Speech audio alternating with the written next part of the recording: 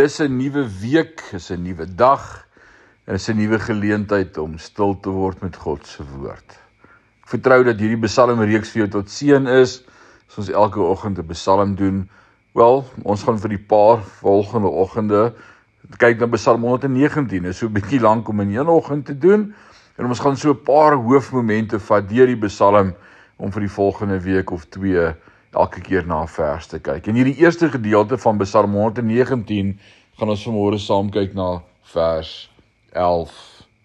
So ons begin vanoggend se oordeenking met Psalm 119. Ons gaan sporadies by 'n paar belangrike verse stop en vir 'n oomblik daaroor dink. Selah, pause and think. O ja, daar is geen twyfel nie dat soos 'n mens hierdie man se ontvouende gedagtegang volg, hy sy prioriteite reg gehad het. En die privaat plek van sy hart het die persoonlike skat bevat wat in die skrif bevind word, terwyl hy tot die Vader roep. U woord het ek in my hart bewaar, dat ek nie teen u mag sondig nie. Dit is die dankbare uitroep van 'n sondaar, gered uit genade, wie se dierbare begeerte is om die Here lief te hê en hom te eer met sy hele hart, siel, verstand en krag.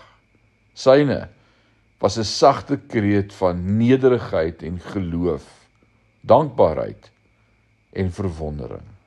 Soos ons vanmôre hierdie gedeelte opsom, dan begin ons vanmôre by vers 11 en ons sê, u woord bære ek in my hart. Mag jy in hierdie dag tyd maak om God se woord ook in jou hart te bære. Môre kuier ons verder. Amen.